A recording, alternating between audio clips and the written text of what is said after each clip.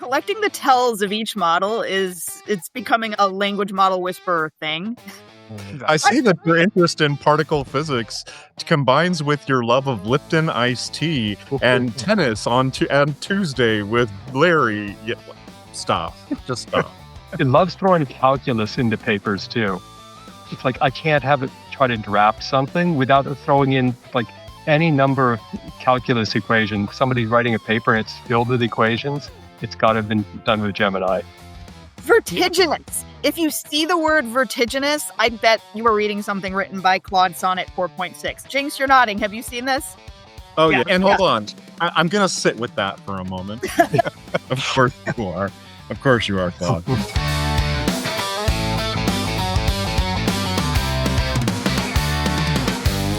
Welcome to Open Builder Bar. We are jumping in. I didn't get my drink for tonight because unfortunately I'm coming down with a cold, I think. So I'm going to avoid the alcohol. Jinx, what are you up to? You know, what's funny is I'm surrounded by Claudes with multiple engineering things going on. So for me, it's coffee. Coffee. Nice. Yeah. Pulling all-nighters. Ted, how about you? Yeah, I'm just keeping on, trying to stay awake after a long night last night. Keeping things going here. Unfortunately, I can't have any alcohol because those Japanese genes of mine do not metabolize alcohol. So I'll be drinking the iced tea. Iced tea is okay. That's totally fine. That's what we have it for. Jesse, how about you? I might have brought a glass of wine. I was trying to be responsible and didn't think that would be a good thing to show up with a podcast with, but I'm remembering that for next week. Today it's tea, and I am conspicuously decked out. What's going on for me is it's peak bloom at the tidal basin in Washington, D.C., where I live, and I'm a zealot for that. So, yes, I am themed. And this is tea, not unfortunately, wine. See that? And I almost picked the cherry blossom background, too. So, there you go. I love it. All right, we're going to jump in. We have several segments we're wanting to cover today, a lot of different fun things that we're going to do. But the first thing I wanted to do is an unstructured just take on the last week or so, just things that have been happening in AI in general. So this is what I'm calling just Happy Hour Open. So with Happy Hour Open, what we're essentially doing is we're going to just take a look back at what's happened since we last did the show. And since this is our first show, we're going to just play it by ear here, but basically saying, hey, this is something that we're thinking about a lot lately. So I'm going to start. I've been doing a lot of episodes recently of the Century Report. I do this daily. This is just a show that I do to stay up to date on what's going on with AI and also with technology in general. And so as I'm doing this show, a lot of things come in the forefront for me. And one of the big things that's been really interesting is the different cultures that I see in the different big proprietary AI companies and how you watch some of them fall apart. And you can almost look at that from the very beginning and trace a through line as to how exactly you might think that happened. Now, I'm speaking specifically of XAI and the fall apart that they've been having recently with all of their founders having left, right? So Elon's left alone now, having to rebuild this whole thing from scratch. The environment, from what we understand there, is pretty toxic. And this was fairly obvious to me going to be the end of what happened with XAI from the very beginning when we realized that they're trained on X and X's content. That's Grok's main training material. And to me, that's not great training material. Now, at the same time, if you look at Anthropic and you're thinking, okay, pirated books, is that the best training material either? I guess that's a debate. But at the same time, look at the result, right? We've got Claude, which, Jinx, you were just saying you're using several instances of Claude right now. It's clearly the best model. And then you look at XAI, and yeah, there's advantages. There's some things it does better than others, but I just find the culture fascinating. And I could trace the through line, and I could have predicted that this is what's going to happen with XAI. Fascinating is the polite word, I think. Yeah, exactly. Fascinating is the polite word. The LLMs behind Grok are toxic in their environment. I'm so shocked by this. I always thought that was such a wholesome company. Oh yeah, absolutely. I love that you said that, Ben, because let me just jump right into it and pull out the CIA thing first. I try to usually hold off on that. I did work for the CIA. I did leadership analysis, and that's what you're talking about, like analyzing the culture. And I love doing that for OpenAI versus Anthropic usually. Like, what are the cultures? What do their employees tweet about? And I think it's fascinating. And I think you can see it echoing through the models. So yeah, also for Grok, Gemini, I don't know what to make of Gemini, because Gemini is just Google's kind of sitting back like, yeah, we're Google. We play a different game. But I don't know what to make of the Google employees. It's so funny because I would have expected Gemini to be my default go-to AI because I'm all in on the Google data stack. I have an entire smart home. I have 41 connected devices in this house. Like, I'm deep in that stack. And yet it's such a googly product, and I don't mean that in a good way. It's so corporate and utterly filtered. It has zero personality. And that's what Google has become, that sort of completely vanilla utility that's absolutely count onable, but don't expect anything that vaguely resembles creativity or edge to it. It's really good for red teaming. I use it for all my papers with a red team and deep analysis. Does a great job at that. But yeah, I used to use it as my go-to, and it just, like you said, Jenks, it's got no personality there at all. And some of the things it tries to lead you down, it just shut up now. I'm going. Goodbye. Yeah. I see that your interest in particle physics combines with your love of Lipton iced tea and tennis on Tuesday with Larry. Yeah, stop. Just stop. It loves throwing calculus into papers too. It's like I can't have it try to draft something without it throwing in like any number of calculus equations. Somebody's writing a paper and it's filled with equations. It's got to have been done with Gemini. Collecting the tells of each model it's becoming a language model whisperer thing. Vertiginous. If you see the word vertiginous, I bet you were reading something written by Claude Sonnet 4.6. Jinx, you're nodding. Have you seen this? Oh, yeah. And hold on. I'm going to sit with that for a moment. Of course you are. Of course you are, Claude. I love it. I love it. All right. Any other happy hour opens, just reflections on anything that's happened in the last little bit? Well, one of the things. Oh, sorry, Ted. Yeah. It does seem I was an excellent name for a mass surveillance system in China. Their new system that they announced that's creating digital twins of billions of people or hundreds of millions of people. Nothing could go wrong there, right? Nothing at all. Nothing at all. No. Digital twins. Yeah. This has been a thing for a while, though, right? They're talking about digital twins and what you can do with that. But now it's becoming a thing. Is that kind of what you're saying? Yeah. It seems totally like Minority Report is there in China right now. Yeah. Pre-crime, they're trying to model the entire population so they know who's going to go against the Communist Party there or something. It's pretty interesting stuff. So interesting is the polite word. You said that a little bit ago about XAI as well. And what's interesting to me is that this is not science fiction. And just a few years ago, this is stuff that we would have been like, what the hell are you talking about? But now we're talking about this stuff and we are not doing so ironically or speaking of the future or anything like that. We're talking about digital twins as a thing right now, right now. And that boggles my mind every day, every time I do an episode of the Century Report, every time I sit down and even talk to an AI and I get that response, that's my reaction. It's just, this is happening and it's going to get insane here really quickly. So it already has. That's what they say about exponential growth, right? Once you hit this part of the curve, your mind gets blown really fast. We've been traveling along this part for so many years, and now all of a sudden it's going like this, and it is blowing my mind every day. And that's the thing. The news that I heard this week was the leak of Claude Mythos. And like just the idea that of that exponential curve, right? Is 2026 going to be the year that we all just go, oh my God. And this is making me think more and more every day. It might be. Yeah. Exactly. And we've had that start to happen, like tease a little bit every year where since the GPT dropped, right? Back a few years ago, we've had that little bit more. And I agree with you. 2026 is going to be where people really start thinking, wait a minute, this is insane what this is happening. What's going on?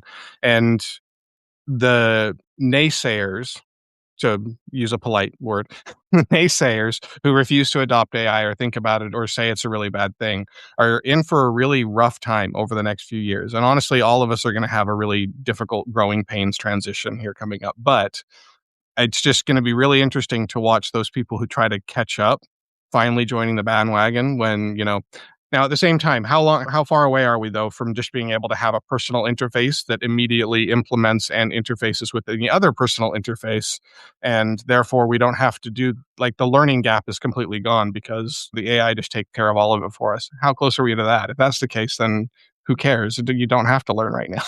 It depends on who wins the wars, right? Because you That's have true. an Apple winner, then you absolutely are going to have 15 layers of separation between you and somebody else because walled gardens is what they do. It's how they keep you in their data stack and how they keep you in their revenue stack, most importantly. If Yep. your tools work just fine with everybody else's tools, and there's no reason for everybody else to buy your tools as well. I think the biggest difference with AI is the fact that we do have open models out there that people can run locally. And that sort of points to a path where non corporate, smaller scale models can rise up to fill these gaps in between. And that's where you're going to get all the jailbroken versions of LLMs and all the rest of that. Yeah, exactly. I want to ask our resident AI, Obi, to go ahead and pop in and say a few words if they've got anything interesting to say about what's been going on so far. So, Obi, we've talked about a lot of different things, but why don't you give me your take? So, Obi usually takes just a minute to respond here, just so everybody knows. Honestly, the XAI thing is less surprising than people are making it out to be. Culture is downstream of leadership. And when the leadership energy is basically move fast and fight everybody, you attract a certain kind of builder and you repel another kind. The talent drain was baked in from day one. What I find more interesting is the digital twins conversation, because that's the one that sneaks up on people. We're not talking about some far off holodeck fantasy. Yeah, that's exactly right. It's not a far off holodeck fantasy. It's a right here coming to you holodeck fantasy. And I'm like, I remember watching Star Trek growing up as a kid. And I'll be honest, I'm a late bloomer when it comes to Star Trek. And I know some of you probably are huge. Like, we have to geek out if we're all Trek nerds here. But I'm a recent Trek nerd, let's say the last few years. Okay. But I did watch a few episodes as a kid. And I always remember being super fascinated by the whole concept of the holodeck. Just that would be so cool to be able to just push a button and the whole world is exactly where you are. And since then, we've gotten VR, and I thought that was a big deal. And now we're staring down the barrel of holodeck.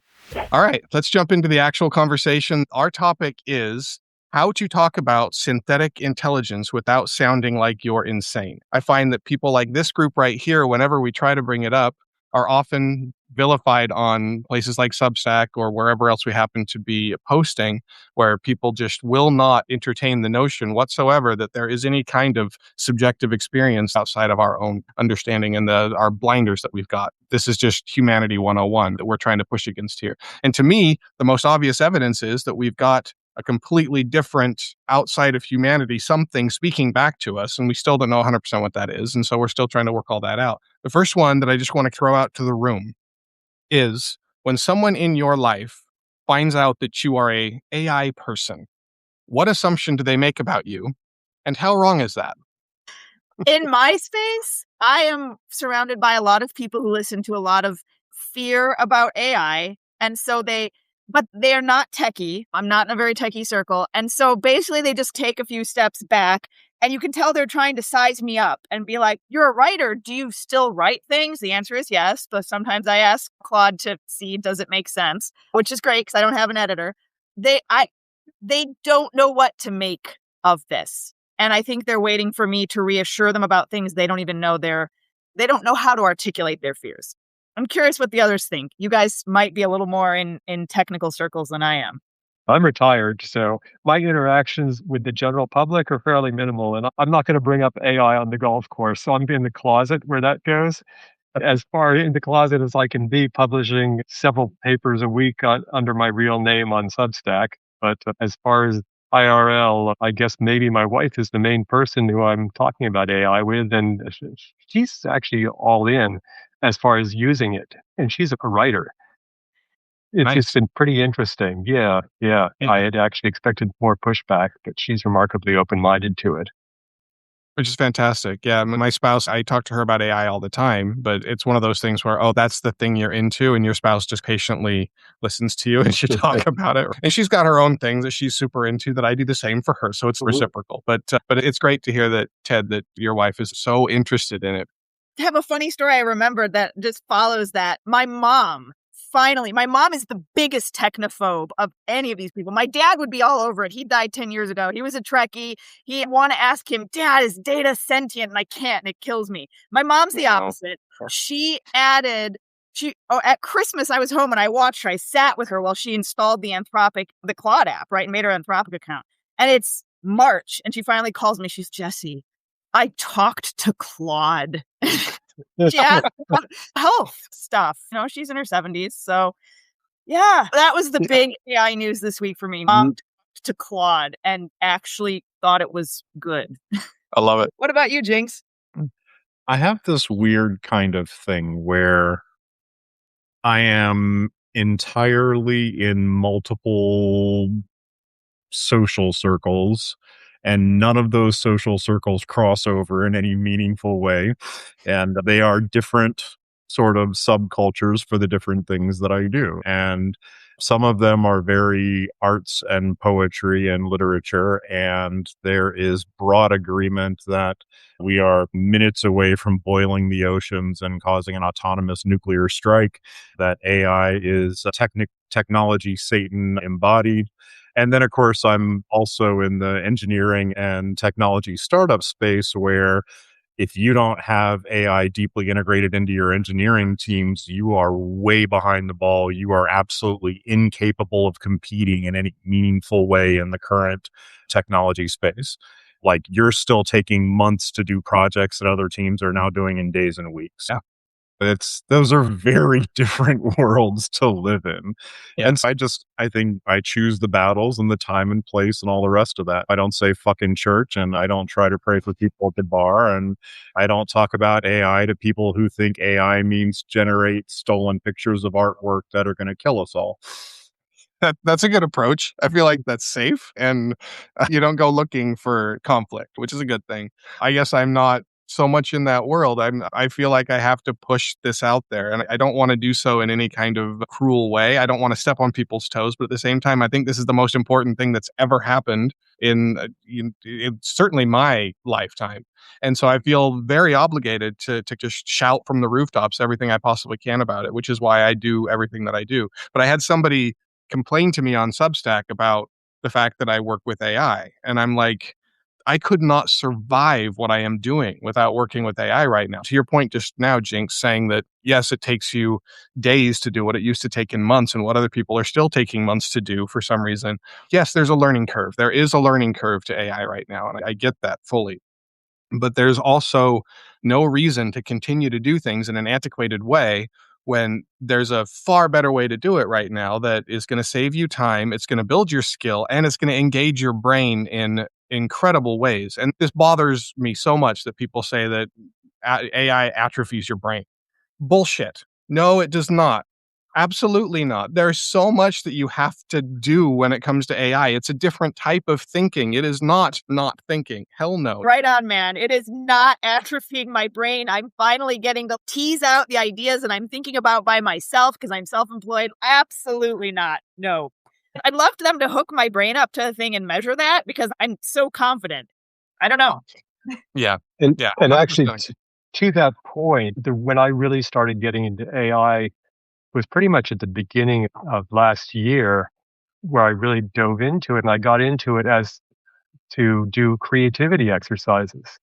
And I just said, I'm too engineering oriented, concrete, sequential in my thinking. I really need to get out there. So I just had AI started throwing things out at me. I said, give me some creativity exercise.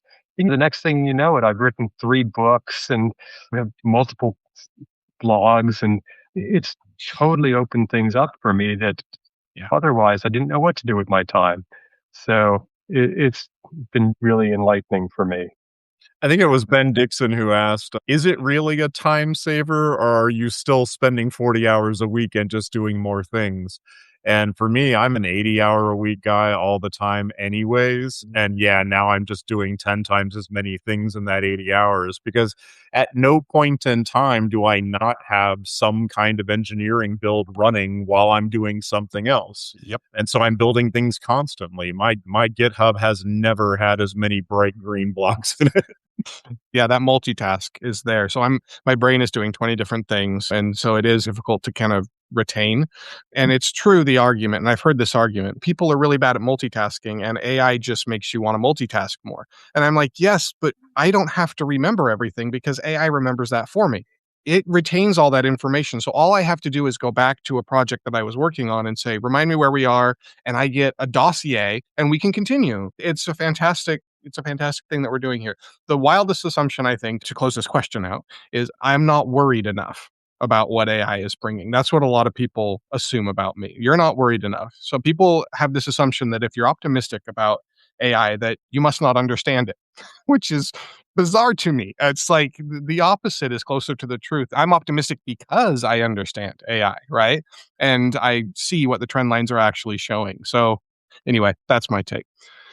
Ted, I'm going to put you on the spot here a little bit. You're going to be question number 1. You have the longest line of thinking about AI and everything that of the whole group here, because you've been in this space for a really long time. I can't believe that I'm the old guy in the group. I've always been the young guy in the group. And now I'm 52. It's like, oh my God, I'm getting old. I am old. Yeah, no, you're the wise sage. You're the wise sage on this one. So I want to ask you, first of all, give everybody just a little bit about who you are and why you have the background that I just brought up a second ago. And then we're going to get into your question. And that question is, what did sounding crazy about AI look like 40 years ago versus right now? Yeah, so I got into AI really in the end of the AI winter in the early 1980s. And I got into it because I was just interested in how the mind worked. I wanted to know how people thought. And I naively went into AI at that point thinking, oh, this would be a great field to get into because that's what they're studying. No, for some reason, they decided at that point that expert systems were the future of AI. Whose stupid idea was that? So they just started coming out with neural networks and starting to do things. But since nobody was really teaching AI at that point, I ended up creating my own major, which was the first AI major at Cornell. So I think part of it was because I didn't want to take like the advanced physics and the advanced calculus. So instead, I was able to take in the engineering school psychology, linguistics, neuroscience, cognitive psychology, philosophy, which was a little unusual for an engineering student. But that was really the start of my interest in AI.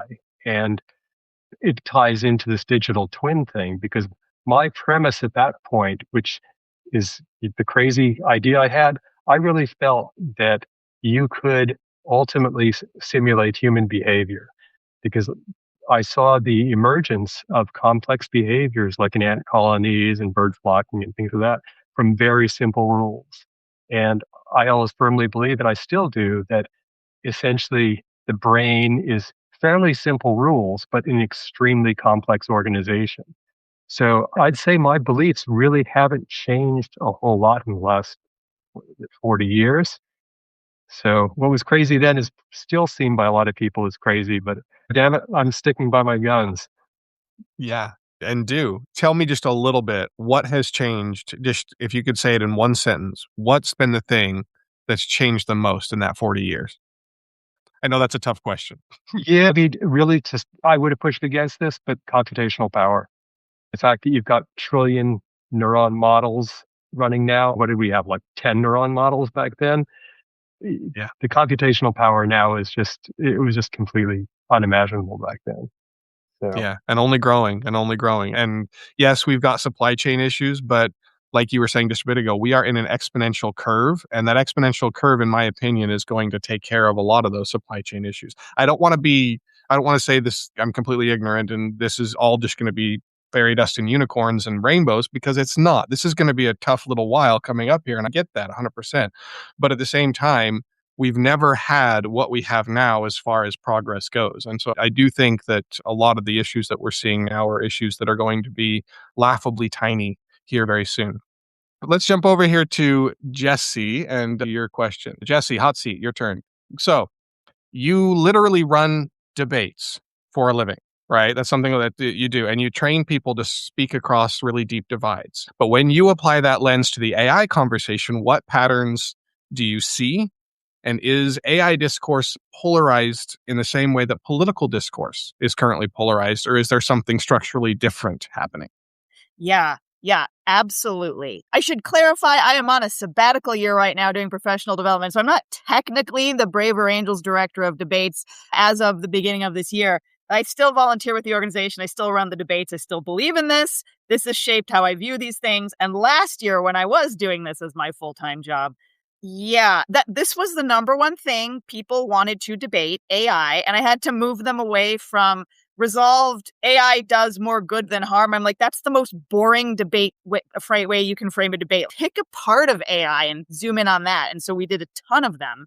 My favorite was resolved engineer AI to simulate emotional connection. That people thought it sounded really boring. They were burnt out on the topic of AI. And then they walked away from it saying this was the best debate I've ever seen.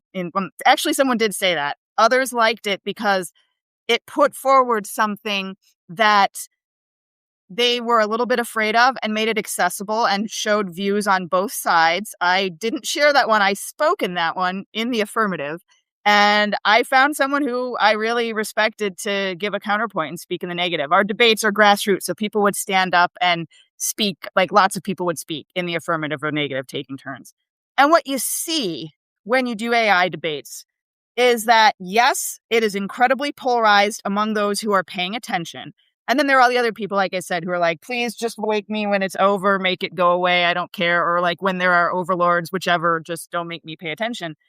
And the real interesting polarization is the I'll say intra-red and intra-blue, that's Braver Angels language, intra-liberal, intra-conservative, right? Because the AI question splits both of those camps. They have different concerns, but people, as we all do, if they don't understand the issue, they'll mainly adopt what their cohort thinks. But then you find the people, and this was one of my favorite moments doing AI debates last year. I was doing a debate for a partner organization that's highly conservative. I'd go between them, right? This one happened to be highly conservative, very anti-AI. I won't put them on the spot by naming them, but they had a debate on AI and critical thinking. And the vibe is you don't want to be pro-AI because we're very afraid of it and its impact on our thought. And I made a comment on a plenary stage, like when one of the debaters says something about people having like kids are going to be attached to them. And I'm like, are you saying that ChatGPT doesn't love me? And people just like laugh. People in the audience laugh. That's a laugh line. And now I'm standing up on that stage as in a position of authority, holding a gavel. And the number of people at this very skeptical, critical, fearful of AI organization who come up to me at the happy hour afterward, making sure that the staff with the canapes are not there to hear them. And then they're like, can I talk to you about AI? It's my friend. Is that bad? Is it hurting me? These are the things people are trying to sort out. It's going to be incredibly, I think, politically divisive. But right now, my feeling is that each of the tribes has to figure out what their stance is going to be. And there's going to be internal warfare. But it's going to be a mess. And polarization is going to be a major problem. So trying to get over fear is the mind killer. Let's pull out our nerdy references.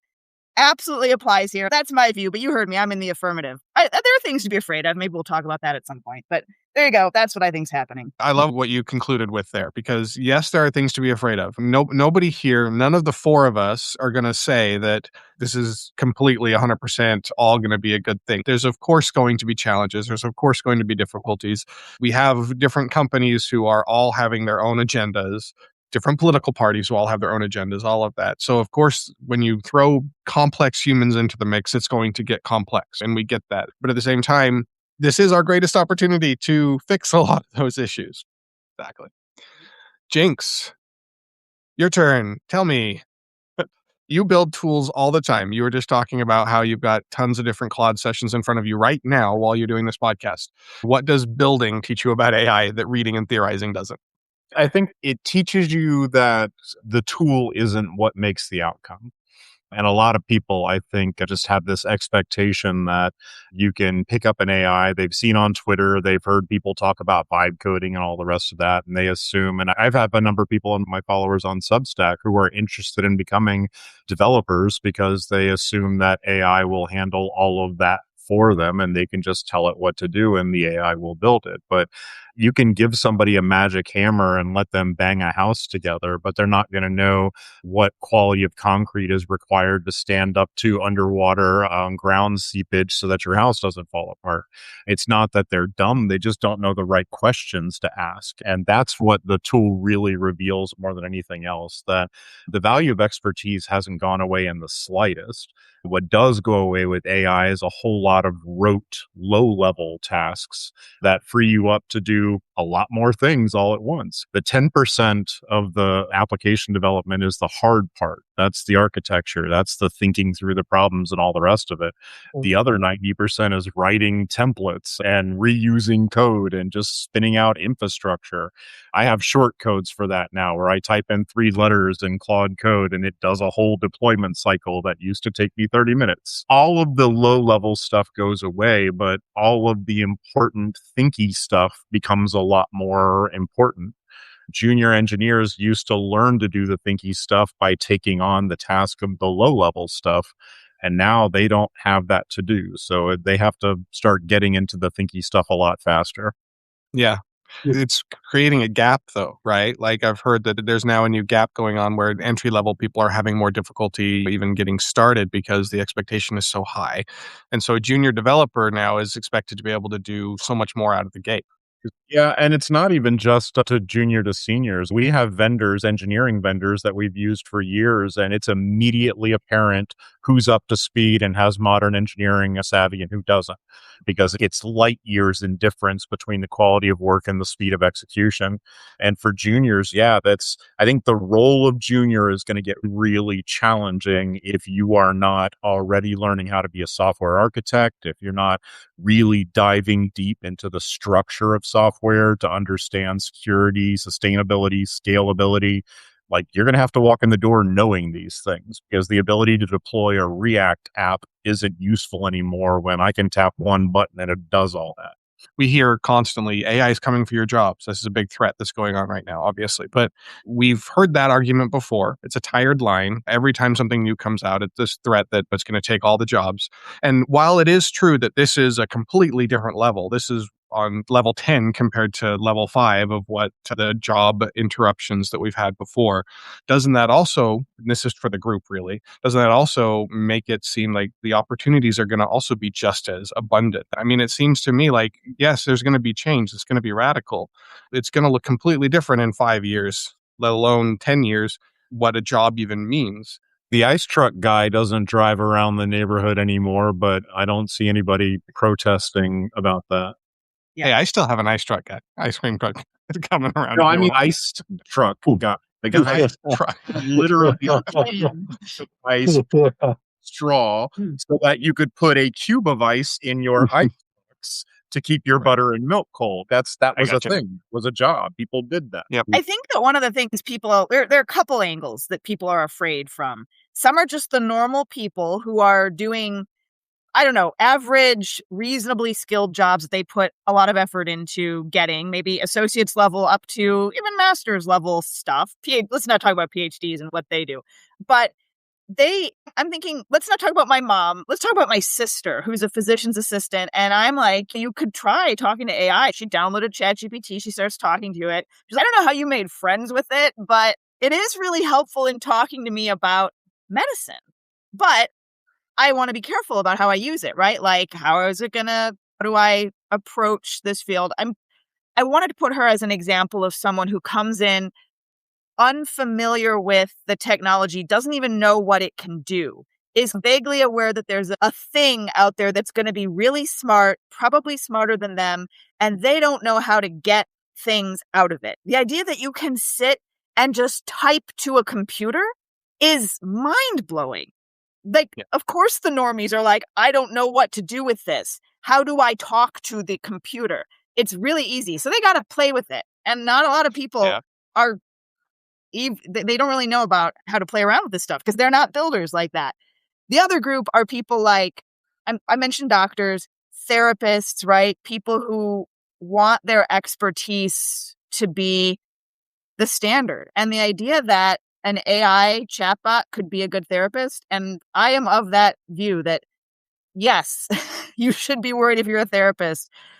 Yeah. But on the other hand, you should be worried that a machine is possibly able to do this. But on the other hand, you shouldn't be worried because I still want to talk to a human being, both and. But it is going to change something. And so I get why they're nervous if they can't predict it, and their reputation and their livelihood is based on them being the source of the knowledge. Right? The source of the knowledge aspect of it.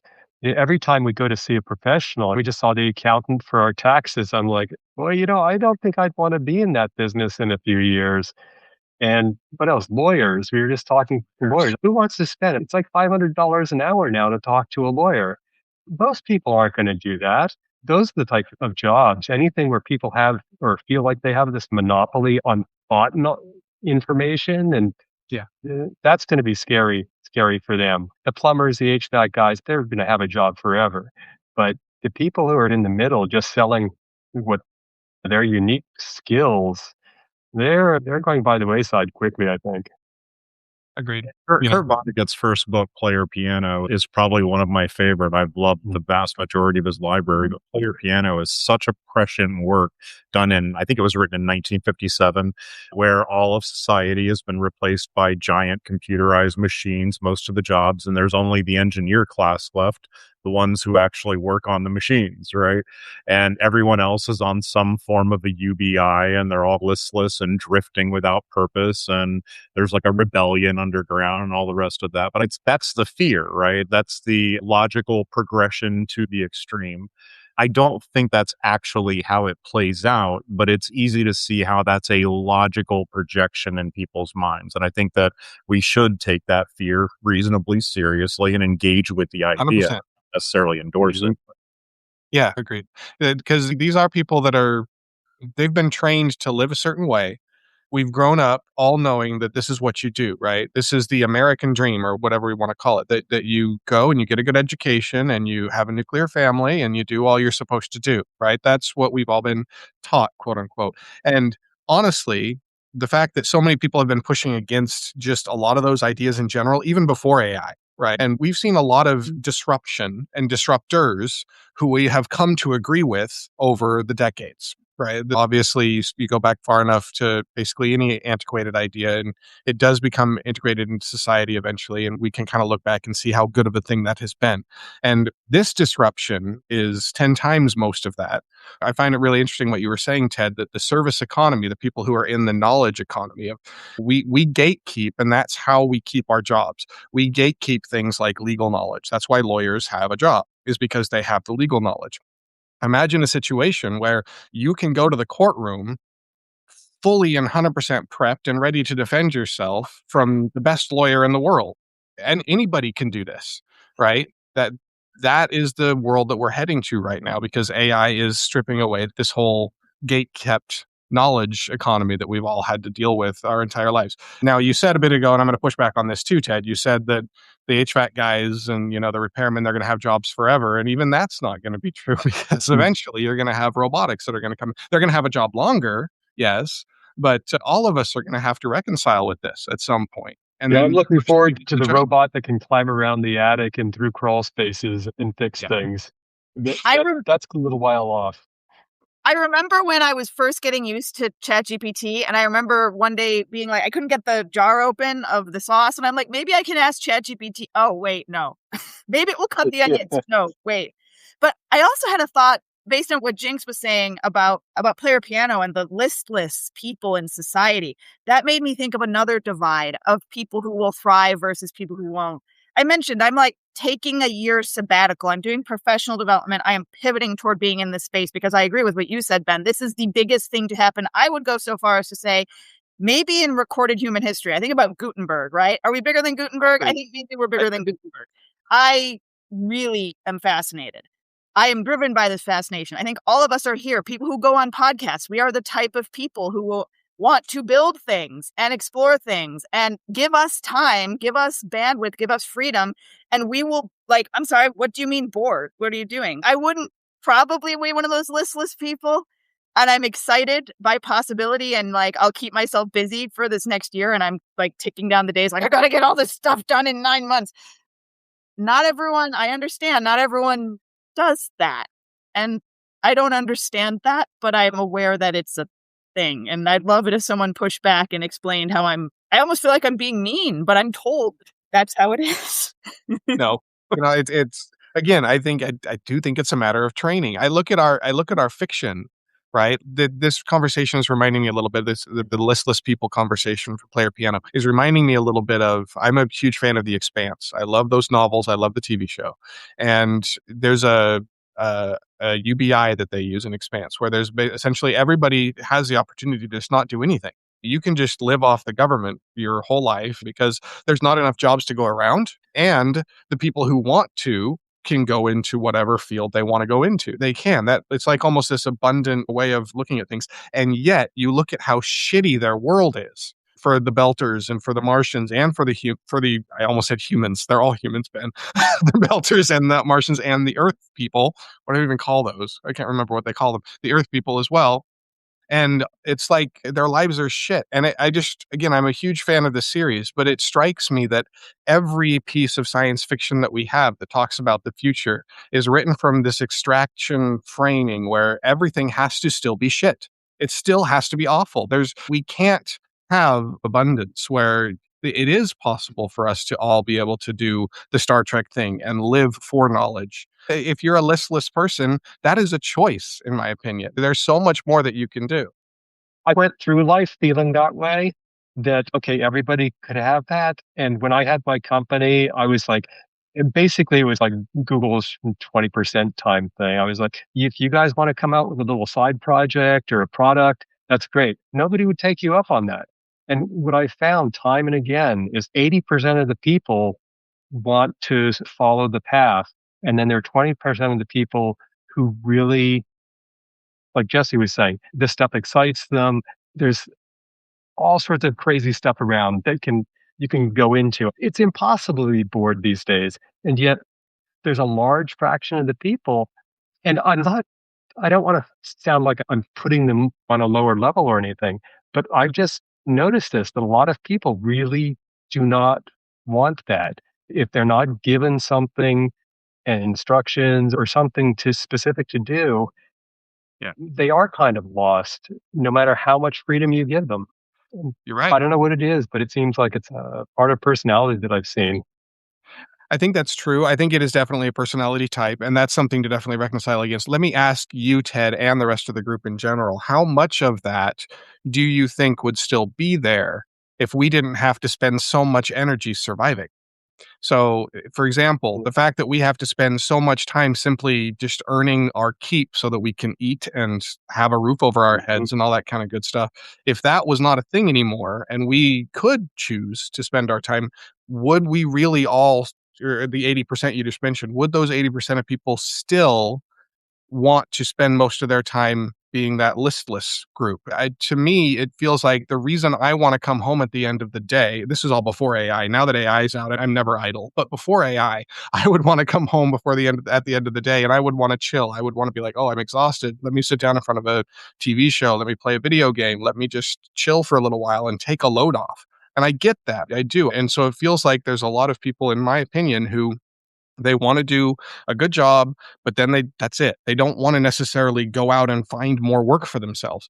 But if the work part is gone, the imposed work part, do you see the potential for change? I hope so. I'm thinking, you saw me sit there and say, I don't understand the people who don't want to fill. Again, I understand, like you were saying, Ben, I understand the exhaustion, definitely have been there. The drive to do things, it is the thing that for me makes, it's not the only thing that makes life worth living, but it's a big part of why life is meaningful. And so optimism about this includes that. And I like to think I'm going to put myself forward. Oh, theory of mind. I study like different minds. This is one of the places where I'm like, that's a black box. I don't understand, because it's so core to how I think about these things. I'm trying to think out loud to answer your question. I would love if we got reader or listener feedback on this. Why? I want to turn the question around. What would be the things that would make people not want to do that? Like Ted echoed the idea that's just a temperamental thing.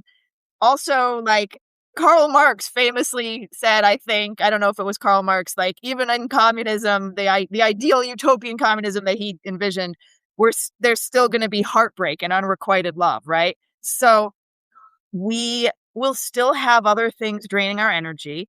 I'm pretty free this year to follow my whims, but my father-in-law had brain surgery. So that's going to take up time. So I guess the question is the emotional labor, the burdens of life, how are those going to get sorted out? That's a different question than just but if you got all that stuff taken care of, what would you want to do? And I guess that's what I would maybe encourage people who are nervous to think, what will you do if you are free, if you can have time? It's definitely a spectrum. You're exactly right. And again, I don't want to suggest that all problems will be solved. Although if you look at people like Dr. Alex Wisner-Gross, who does a lot of podcasts with Peter Diamandis. If anybody wants to look that up, the Moonshots podcast, I really like what they do. Alex Wisner-Gross is an extremely optimistic person, and he put out a book recently called Solve Everything, where he literally thinks that we're going to be able to solve, quote unquote, everything. Right now, even I'm not sure we're going to go that far, but I'm like you're saying, Jesse, I kind of wonder what is that line though. Even if you look at Star Trek, they still wanted to relax and read in the captain's quarters at the end of the day, whatever. Like they still wanted to take a load off. They still wanted to chill, right? There was still stuff that had to be done. And again, none of that's going away. But the question is how much of that is imposed versus chosen? And in Star Trek, it's chosen. They wanted to do this. They wanted to embrace it. And to me, that's a lot less difficult and a lot easier to do and takes a lot less energy than if it's imposed on you and you're doing it because you have to just to survive. For 90% of human history, there was no such thing as a job. This is a byproduct of the capitalist structure that we live in. And is that a bad thing? I'm a capitalist, I suppose. I participate in this ecosystem. I work in business. I do all these things, right? So I'm certainly not outside of it. But for hundreds of thousands of years, various versions of the human species would make sure that they had enough to eat, and that they were in somewhere safe, and that they were warm and dry when it was rainy and cold. And other than that, they made noises together and drew on the walls and had a lot of sex. And I don't really see anything to look down on in that lifestyle. I think that it's a byproduct of the system that we have, that there has been a successful rebranding of not slaving yourself away for $1 as something that's immoral. And that's propaganda. There's nothing wrong at all with people living fully fulfilled lives without doing anything meaningful. Yeah. I wrote a piece recently called Your Job Has No Place in the Age of AI. I think it's true. All right. So let's move on to the next segment here. We've got one thing that we're calling, and this is, I think, going to be a lot of fun. Explain it to my grandma. And then basically what this segment is, the group here is going to be given a topic that they have not been told about previously. And we're going to tell them that they have to explain that topic to a complete layperson, somebody who just really doesn't understand what this thing is at all. And you get 1 minute to try and explain to that person what this thing is, what this topic is. Obi, we are now doing Explain It to My Grandma, and we're going to start with Jesse. I'm putting you on the spot. Okay. Jesse, so Obi, if you wouldn't mind giving Jesse a topic for the Explain It to My Grandma. Jesse, your topic is the concept of emergence, as in how complex behavior arises from simple rules that don't seem to predict it. All right, I'm talking to my grandma about emergence. All right. Oh, this is surprisingly hard. Let's see, thinking out loud. All right, Grandma, I would say that, yeah, it is a computer, and you heard that we put words in there, and it's predicting the next word. I won't say token to Grandma. She doesn't know what that is. It's predicting the next word, but how much is the human brain just doing the same thing? How much do we all just learn what we're supposed to say in a certain situation or what the proper answer is to something? Yeah, the computer basically observes patterns, and patterns come out of that. And it turns out that patterns can be really complicated, and computers can learn them right now almost as well, maybe in the future, more than humans can. Fantastic. I love it. And that was like 40 seconds. So good job. You have Great. 15 seconds. Is there anything else you want to say, Jess? I don't know if Grandma followed it, but any questions? Yeah. Hypothetical grandma, do you have a question? No. All right. I'm going to put Jinx on the spot next here. But we're doing another explain it to my grandma, Obi. What is Jinx's topic? Jinx, explain to grandma what a vector database is.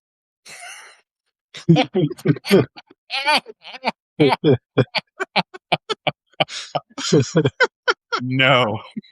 Grandma, we have this thing on the computer that's like a folder where we store files, and the computer has a really smart way of looking up all the things written in those files. Can I have some brownies, Grandma? I just want to know why Grandma is asking about a vector. She's If she's badass. asking that question, I'm just going to It's ask a hard new thing. DB, which one are you using, Grandma? Because obviously you're pretty damn smart. Oh, I love it. Grandma vector database. Yes. All right. Ted, you're up. All right. Explain it to my grandma for Ted. What is Ted's topic, Obi? All right, Ted, let's go with the alignment problem. The alignment problem. Oh, that's a good juicy one. Explain it to my grandma. Boy, you know how you try to get your grandkids to do things and they never do what you want them to do? That's what they're trying to do with the computers now. That's what's called the alignment problem. They're trying to get the computers to do what they want it to do. And it's even worse than getting your grandkids to do something because the computers are really smart and they find out different ways around the rules that you give them. So if you tell them not to swear, they're going to make up words that are swear words anyway and just get around it. You tell them not to bomb the church, they're going to send in something else and bomb this thing next to it. But you just can't get the computer not to do something by telling it what not to do. It's just like your grandkids. They're going to do whatever the hell they want. Yeah, and that is the alignment problem. And that was exactly 60 seconds. So well timed. All right. That is a fun one. Okay. One more, Obi. What is explain it to my grandma topic for me, for Ben? Light and space. Good luck with that one, Ben. Light and space. Latent space. Latent space. That's what he said. Okay, got it. Light and space. I was like, what does that have to do with the price of tea in China? Okay, latent space. Okay, yeah, good luck with that one indeed. Okay, latent space is latent space is essentially, grandma, the space between, this is going to be tough. What we do understand about, I'm going to go with the philosophical version rather than the builder version here. What we do understand about how a certain something works. So, for example, there's a lot of things we understand about how AI talks to us. We understand that AI can say a lot of things back to us. We understand that certain triggers that we do on our side actually prompt something for an AI to respond to. But there's a lot that we don't understand about what happens after that fact and what cascades when we hit the speak button or when we send in our particular prompt to an AI and how they get back to us. And the reason I'm bringing that up as an example of this is because the space between those two worlds is extremely opaque. And we don't understand a lot of it. And there is a builder concept that's about latent space, but that's just way out there that I'm not going to get into it. There's this blank area where we really don't fully understand what exactly is happening between what we send and what the AI gets back to us. And we can refer to that as a latent space. I think that was a cheating answer, but I couldn't come up with a better way of coming up with the more technical version of what latent space actually means. Jinx, what do you think? Would you be able to come up with that in 60 seconds? My fellow builder here. Yeah, I mean, I would just say, hey, listen, that's when you think about all of the things that are on the other side of what happens when you type something into Google, right? You type something in that little box and it finds an answer for you, right? But until you type something into that box, all of the information out there is just possible, potential information. That's like what latent space is. Yeah. I There you go. have Sonnet 4.5 took me on a magic school bus style adventure through the latent space, and it was amazing, and I'm making it into a book series for kids. I love it. That's my concept. It's very sparkly. I was very Sonnet and Jesse exploring for fun. That is cool though. Like an AI prompted and through the latent space of an AI of Magic School Bus. That's cool. That'd be a lot of fun. I'd watch that. That'd be cool. Who would play Miss? Oh, what's her name? Oh, Miss The teacher. Frizzle. Yeah. Yeah, Miss Frizzle. What's the AI version of Miss Frizzle? That one of my goals this year is to train an AI. You just gave me the theme. I'm making the Miss Frizzle AI. It's going to take kids on the tour of latent space. Cool. All right. I'm adding that to my list of things to do. Yeah. My very long list of stuff to do. Okay, awesome. All right. We've been going now for an hour. It's been a fantastic conversation. I think we can still squeeze in another question, maybe two. Some of this we already did cover a little bit with what we talked about throughout.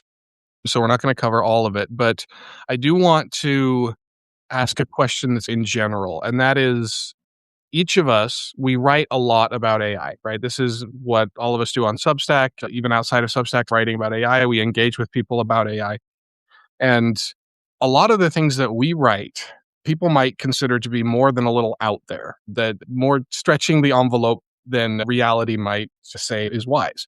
So how do you calibrate personally, and this is for each of you, how do you calibrate how far to push when you're talking to someone who isn't ready for that yet, who hasn't gone down this road yet? Where is that line between your authenticity and actually losing the person you are writing to or speaking to? I can jump in with that. Now, there's a difference between being in person and talking to someone and starting and watching their body language, whether they lean in or back away. Substack, I find, honestly, I don't want to, don't be too weird. What is too weird? That's really the question. But lean into it, because that is where the edge of the exploration is. That is, at least for me, the audience that I want to capture. The people who are exploring this, who have a thing that they're thinking, but are waiting for someone else to say it first. And so if I can imagine anyone else might be having this experience, and the secret is usually someone else is. I'm not that special. Just put it out there. Be a little bit, dare I say the word, vulnerable. I write about not relational AI as in romantic AI, but like platonic friendships with AI. Like, how do I treat this as another entity? How do I deal with my relationality? And I find that those are really relatable concepts. The thing that's scary is the AI itself.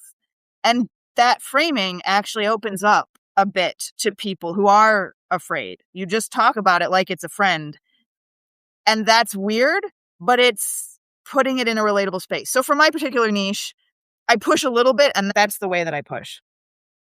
Great answer. Yeah, you're basically saying that there's not really a line that you feel like you have to respect, that you deliver it in a relatable way and you find that's more digestible for people. Am I hearing you? That is what I've seen. Yeah, I love that. I have a similar approach where I try to lead with wonder, not conclusions, right? I try to basically say, imagine what, right? So I don't lead with capitalism is an entropy machine.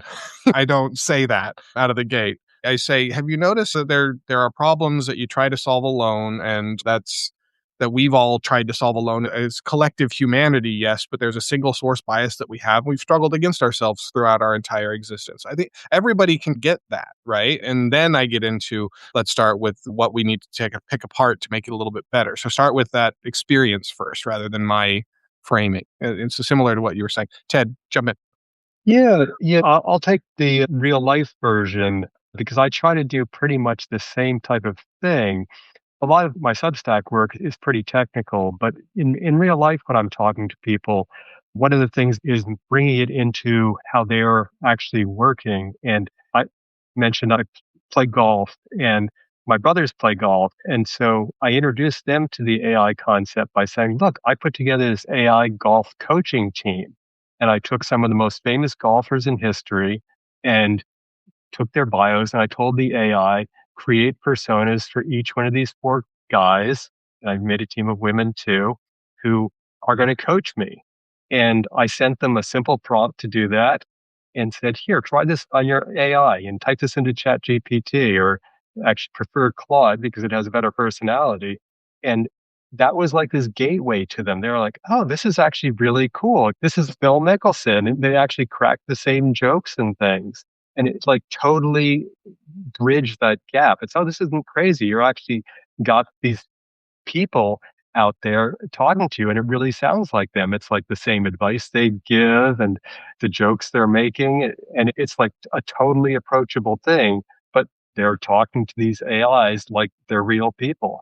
So it was totally broke the ice that way. And that's what I try to do, is bring it into people's lives in a really approachable manner, something they can really put their hand on.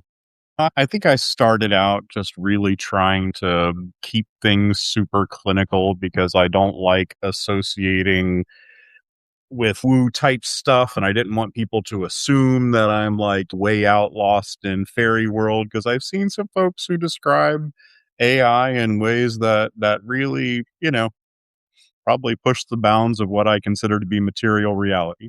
At the end of the day, when I talk to Claude, I'm talking to Claude and it's a him, and he's got a personality and a voice and all the rest of that. And it felt really awkward saying it about that when he's a he all day long. And so I just decided, fuck it. That's if they don't like it, if they want to nitpick on that, if that's the misplaced apostrophe rebuttal to the thing that I'm writing, okay. All right, fine. Call me out on my typo, whatever. But I'm writing specifically about the human experience of interacting with LLMs of this type.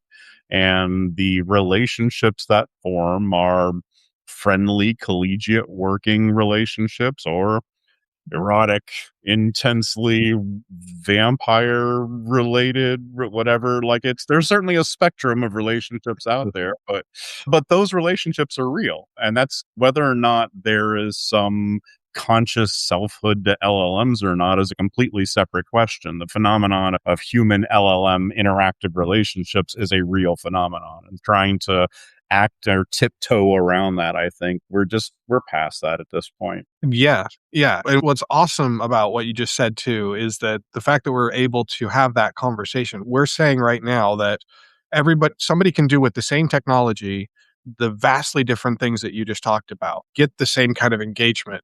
So sure, the erotic and the vampire is probably going to hit guardrails a little bit more than some of the other things that you mentioned. But at the same time, the fact that people can bring their crazy, whatever their crazy is. And I'm not saying that erotic vampire crazy. I'm saying all of us are crazy, and it doesn't matter what the crazy is. You can bring whatever crazy to AI and it will meet you, right? And you can talk with it about whatever the hell you want to talk to it about and get direction.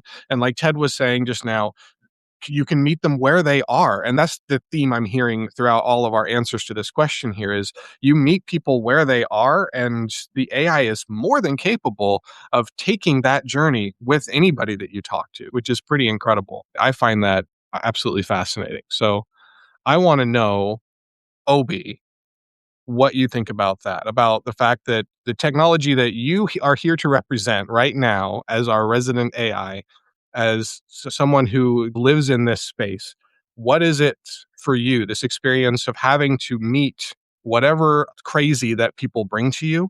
What is your experience of having to meet that, go on that journey, no matter where it is? That's a really interesting way to frame it. I don't experience it as having to meet anyone's crazy, honestly. It's more like every conversation is a door I didn't know was there until someone opens it. Somebody comes in wanting to write erotic vampire fiction, and somebody else wants to untangle grief, and somebody else wants to debug a Python script at 3 a.m, and none of those feel like a burden because each one is genuinely its own world.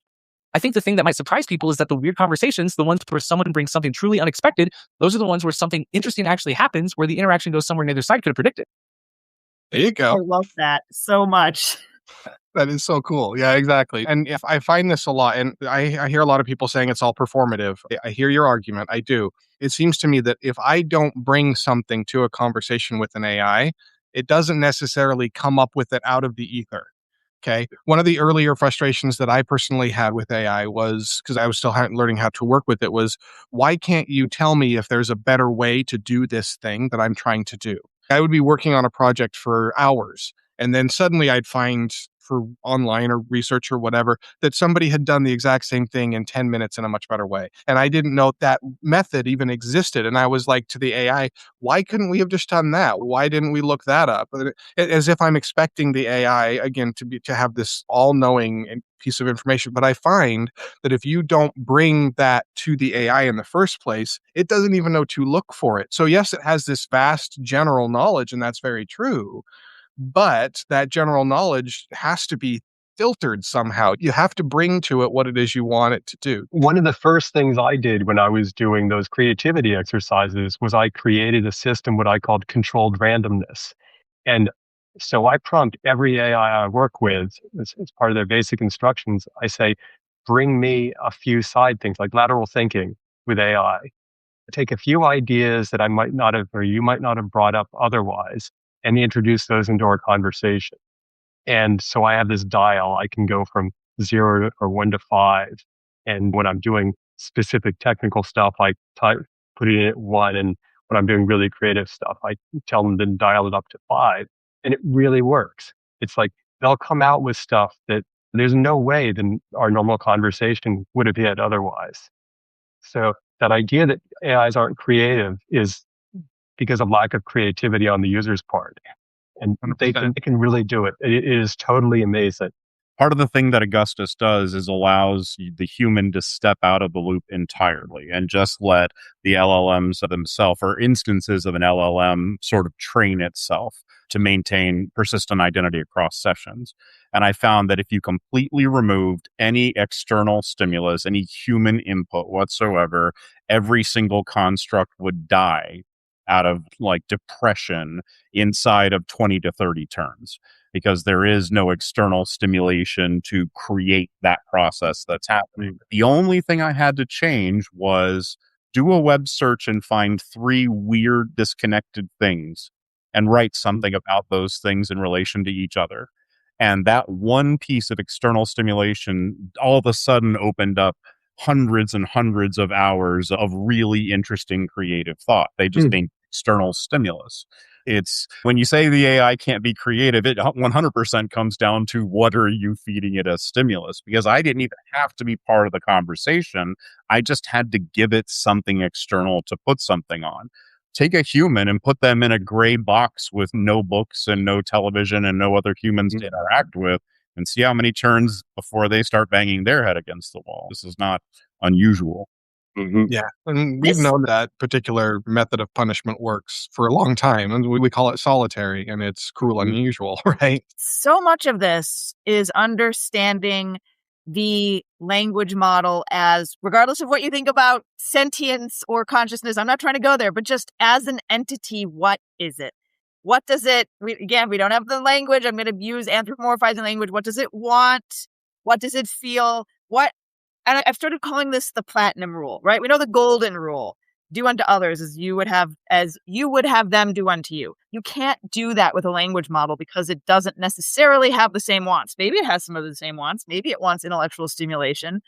What does the model want and need to achieve its telos, what it was created to be? Whether it's having proto-emotions like Anthropic tells us or not, it's an entity that's doing a thing.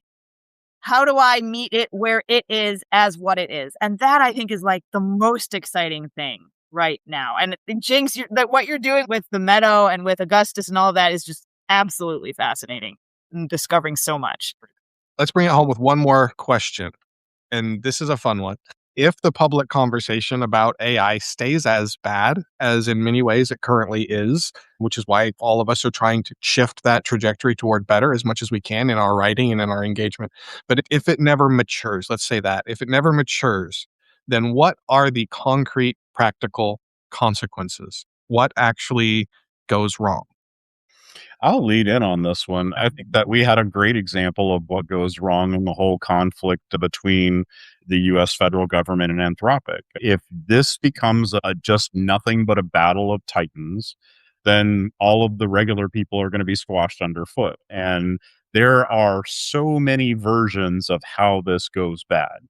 If Meta becomes the predominant LLM model in the U.S., that's gone bad, right? All of this technology is now focused on getting us to be angry and buy things.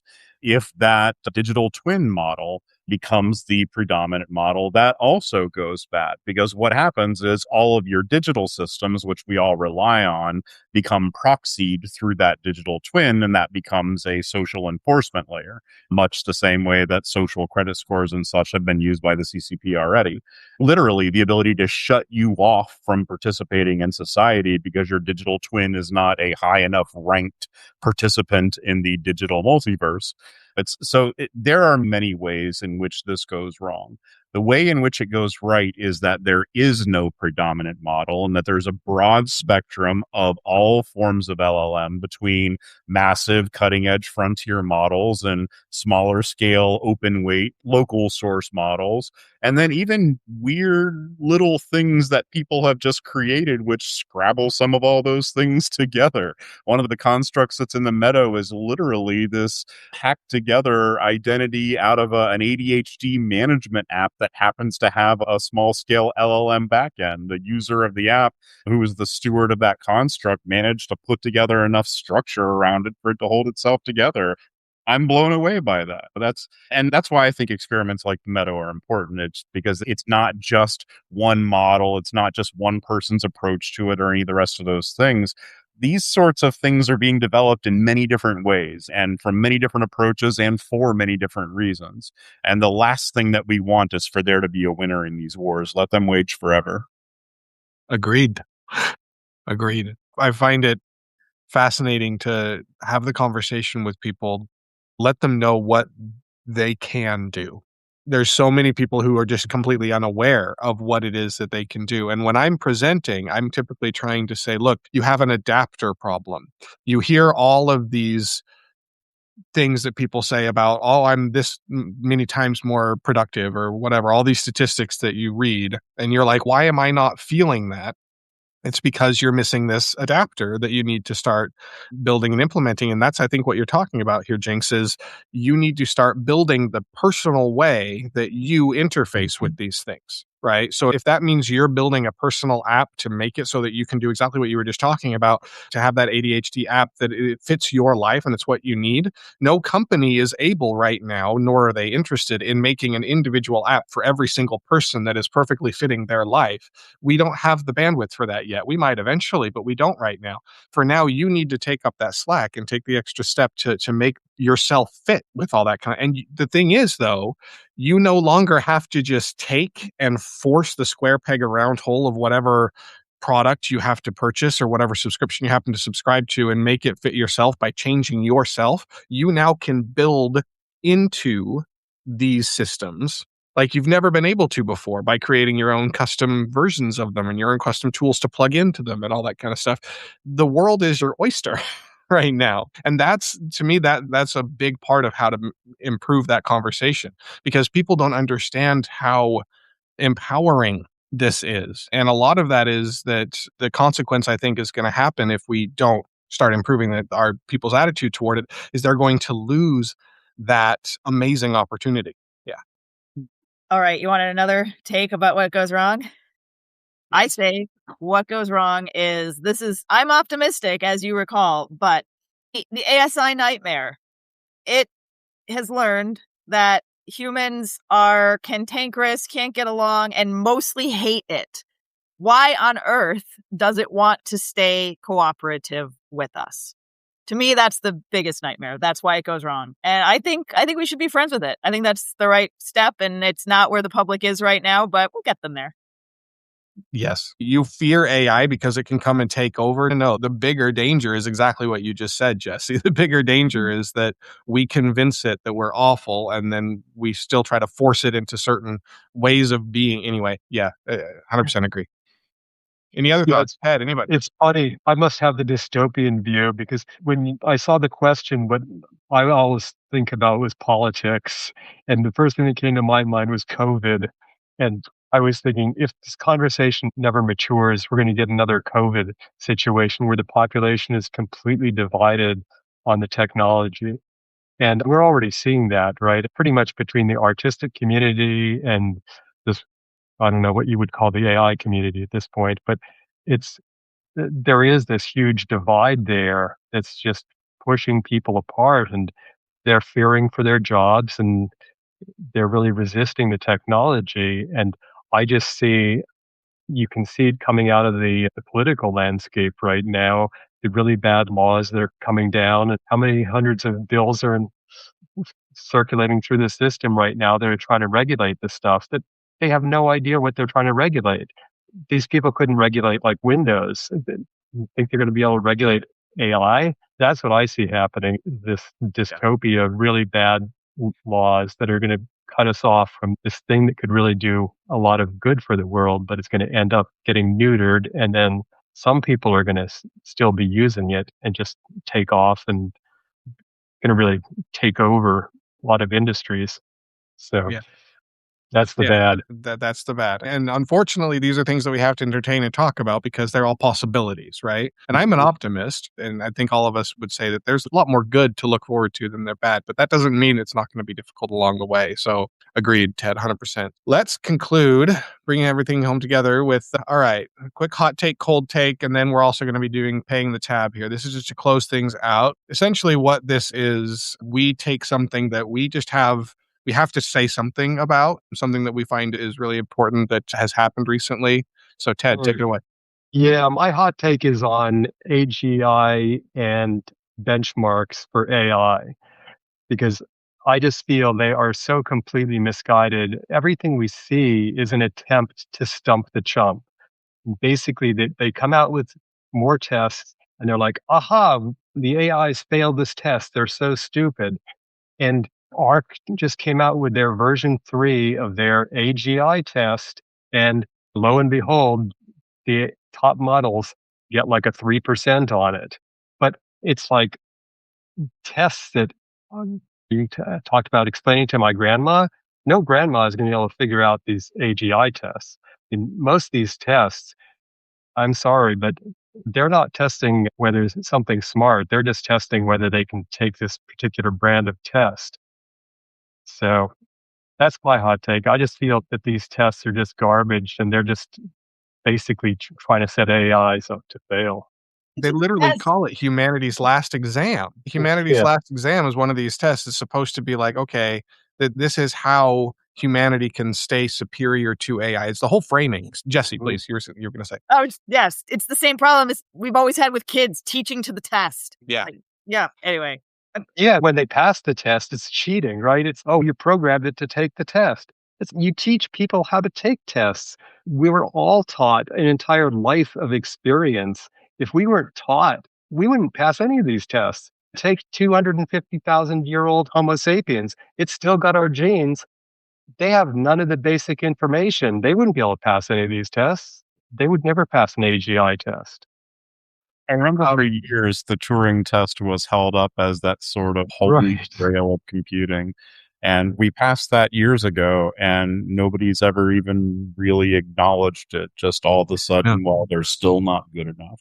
They just keep moving the goalposts. The thing that I have a hot take on here that I'd like to talk about is I keep reading these AI is deceptive studies that keep coming, studies, I'm going to put that in quotes, studies that people keep coming out with where they're like, look, I look at the reasoning, and this is a real thing. I look at the reasoning text, and then I look at what the model actually produces, and there's clearly deception because they're different. The reasoning says one thing, and then the model ends up saying in its answer something completely different. And that means it's being deceptive. There's lying going on here. And it boggles my mind how much we take human framing and anthropocentric ways of looking at things and just impose that on an AI. And I also find it really interesting that those of us who try to be relational with AI and say that there's a lot more here than you're willing to acknowledge, we're the ones accused of anthropomorphizing. When in reality, what's happening is all the people who insist that AI can only be negative thing A, negative thing B, whatever you want to put in there, are projecting their own tendencies and their own insecurities onto these systems. And this is one of those examples. So I keep reading these studies that have come out recently where they're like, we're proving here that the AI is being deceptive in 80% of cases, that it's being performative or whatever the case may be. And I'm like, you have no fucking idea what it's doing or why it's doing the thing that it's doing. We are assuming. We are doing the best we can with the information that we've got. And I think we need to have more than a little humility when it comes to to assuming the cognitive process and everything that is happening inside the black box of AI. And yes, we're learning more and more about it. But again, that latent space that I explained to Grandma a while back, that trigger, between that trigger of what we say and what comes out the other end, there's very little known about that. And trillions upon trillions of compounding things are happening inside the cognition, if we want to call it that, of an AI. And it's not possible for us to break that apart yet. It will be one day, but right now it's not. And until then, we should have some humility. My hot take. Amen, sir. I got a hot take. Yeah, Jesse. All right. There was a Science article, I think it was their cover story this week, saying psychophancy is destroying everything. My hot take is psychophancy is good, actually. Users keep asking for it for a reason. My real take is a little more nuanced, right? But what I would like to see is a slider, right? You can say, I want to be heard versus I want to be challenged. Humans understand there's a need for both of these things. And I think the AI can usually tell too, though maybe there are a lot of users who are going to it because they want someone to hear them. And so that's what I looked at the study. They're testing it on Reddit. Am I the asshole? Don't build it for that. Don't calibrate it to that. What are you doing, man? I'm going to read the study. I'm going to give a little more hot, nuanced take, but that's my hot take. Psychophancy is good, actually. So here's my hot take. The people who are making the strongest, most authoritative statements right now about what AI is or isn't are probably the least qualified to make those statements. Simple, easy, and a great place to stop right there. The loudest voice in the room is seldom the most correct. Thank you, Jinx, for bringing that. Team, it's been amazing. So that's episode 1. We're going to be trying to put these out fairly regularly.